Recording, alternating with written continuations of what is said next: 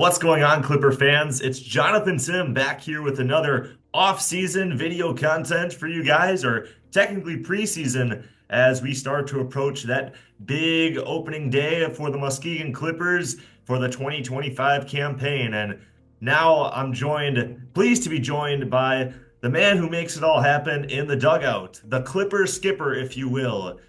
He was an all-star short or an all-conference shortstop at Roosevelt University in his college days, and currently is at Chattanooga State Tech Community College as an assistant coach and recruiting coordinator.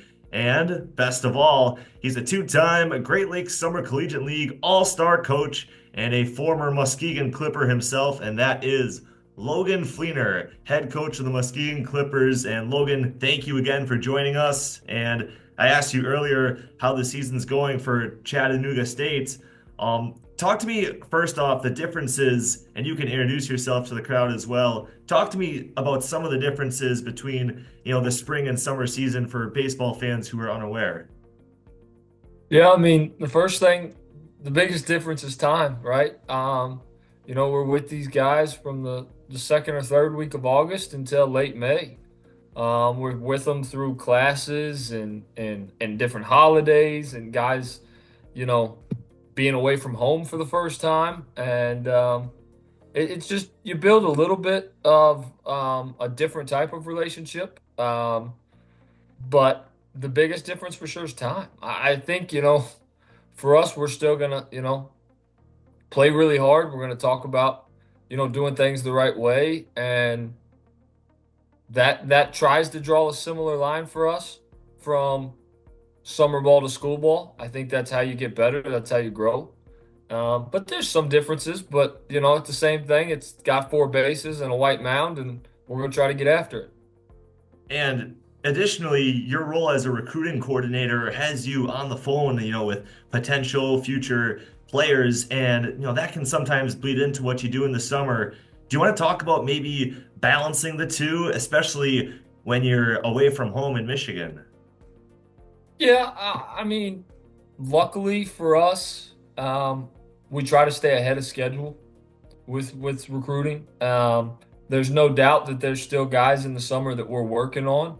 But I'm fortunate with the head coach that I work for that he's understanding of letting me go up here. But it's 2025 and technology is a wonderful thing, and so texting, emails, and to be honest now, you know so many guys are in the portal that a third of our league last year at some point was in the portal. Well, I've got eyes for free. I don't have to travel anywhere. Additionally, I can just go to our games, and so there's multiple advantages that come from it, but it makes it a little bit tougher on our staff. We've got to over communicate with me being 10 hours away. Um, but this will be the third time I've done it while I've been at chat, and we're all pretty comfortable with it. And you really can't talk summer collegiate league baseball until you put that college level in context, because the summer is all about that developmental factor and experience with the wood bats. And for you, coaching in summer ball has that uniqueness, like you talked about. June 1st, everyone arrives in town and you meet them all for the first time, and then it's right to work. So now that we're transitioning into Clipper specific talks, how is it, trying to construct a team with guys that you've never met on or in person, much less seen on the field before prior to June 1st? Yeah, I think as time goes, you find out ways to build connections without knowing who they are, without getting that introduction. We our coaching staff meets early. We start meeting kind of around the second February, the second week of February, somewhere in there. And we start looking at stats and watching guys play because, thankfully, again, it's 2025, so we can watch most of our games, or at least check, this guy's hitting the two hole, or this guy's playing a lot of right field, or hey, this guy's playing everywhere. And, that leads to some conversations so you can introduce yourself to these guys. And it's not just an awkward, hey, how you doing? I'm a random coach texting you from across the country. It's like, hey, introduce yourself, and then, hey, saw you guys played last weekend. Congrats on the big win. And Brian and Tristan have started to kind of introduce that into their way. So then we come the end of the year, And I may not have a face-to-face relationship with these kids, but there's a little bit of an understanding of, what they just went through in the spring statistically and what they're doing. And then, we try to build pretty much 2 days. It starts most most August is all most of the time in August. Brian and I sit down and talk about what the first 2 days are going to look like, and that's more of an implementation of not just baseball stuff but relationships. How are we going to get these kids to just see us for why we're here, and let's hear why they're here, and just some certain things that we think are incredibly important on the field and off the field. Yeah, that Clipper culture, it's something that gets talked about between, me and the broadcast to the chatter in the dugout, and the fans can see it too because it really is special being a Clipper. Now, one thing I want you to do is compare and contrast, the environments that you played in back in 2016. That was before, of course, the Clippers were a part of the league.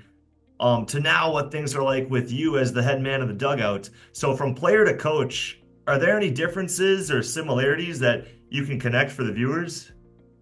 Yeah, I mean, there's quite a bit of differences for me personally. For the viewers, I think it's incredibly impressive that, 11 years ago, 12 years ago, we put a pretty good product on the field. Had a ton of success in that summer, and 12 years later, we're still talking about some successful seasons, and it's a testament to how this place is run from people above me and people below me, and that's always gonna, I think, stay the same as long as the Clippers have a heartbeat.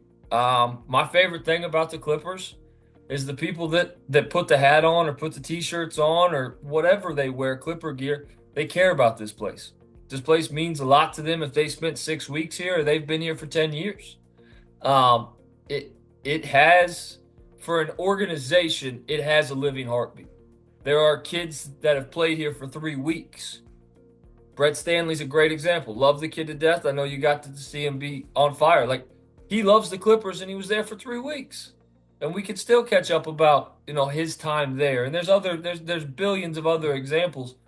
But this place creates something every year by the fans, the people that run it, the people that are there giving, concession stands and the gate people. Like, it just flows in the right direction because people learn this place is unique. This place is special. And maybe it's, because it's on the water and the temperature's perfect for the summer. I don't know.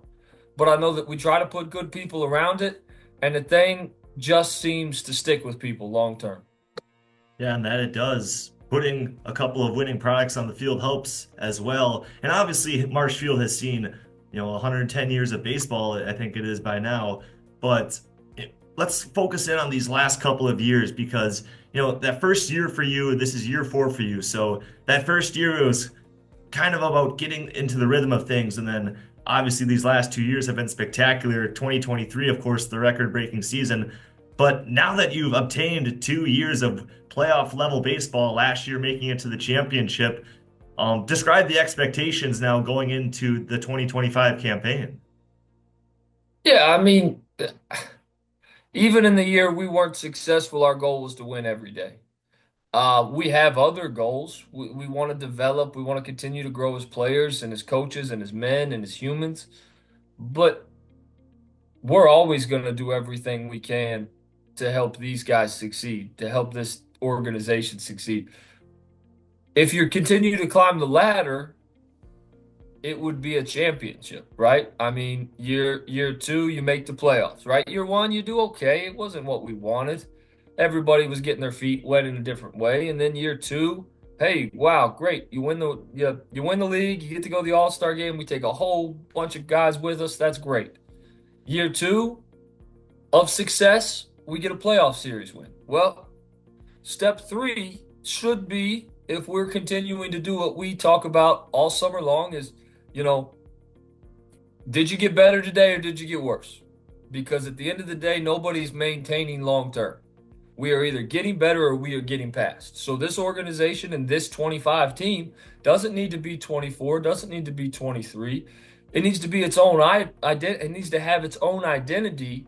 But the progression of this organization should be, somebody's holding the trophy. One of those players at the end of that is in the picture on the GL, the Great Lakes website, holding that thing. That's the ultimate goal. That's why I came up here 3 years ago, is to bring what I think Pete deserves. I think he's put a lot of people in a really good place for 9 or 10 years, and he deserves to hang a trophy somewhere in that house. Well, that would be iconic. And, this organization has been knocking on the door realistically since it was put up. And, the fans have gotten to see some unbelievable moments these last couple of years, especially. I have a couple more questions for you, Coach. Now, obviously handling players, that's not easy to do, especially when, we talked about meeting them for the first time. So as the summer progresses and, the travel starts to dwindle a little bit and like days get really long, it's a long season for 2 months, a lot of baseball to be played. How do you step in there and make sure everyone is taking care of themselves, even though, these are guys who live on their own, but they're still growing as people, like you mentioned. Talk to me about that, what it's like, trying to help develop these players as men. Yeah, I think, the first piece for us is communication. I I want to make sure that I'm doing the best job I can of giving you all the information that I have that I feel is important for your growth or your success, right? We don't know each other, so we have to kind of expedite the relationship. Well, how do I do that? I expedite that by making sure that I'm crystal clear in my communication. I'm crystal clear in my expectations of us as a team. I'm crystal clear in the expectations of what each player has as his role in this team. Brian has been a superhero beside me in helping that, communicating, making sure these guys understand that. And it for us is we're going to challenge these guys every single day. When they're exhausted and when they're tired, we're not going to talk about being exhausted and being tired. Hey, we just got home at 4 a.m. and we got to be back at the yard at noon for a doubleheader. Okay, that's what the schedule is. We don't control that. What we do control is our energy and our effort. And we all signed up to do this. We all love this game. We're going to show up every day with energy and effort. And that comes with some people being challenged. And not in an aggressive way. We're not demeaning the human. We're trying to get the best out of him, the best out of them, whoever that is for us.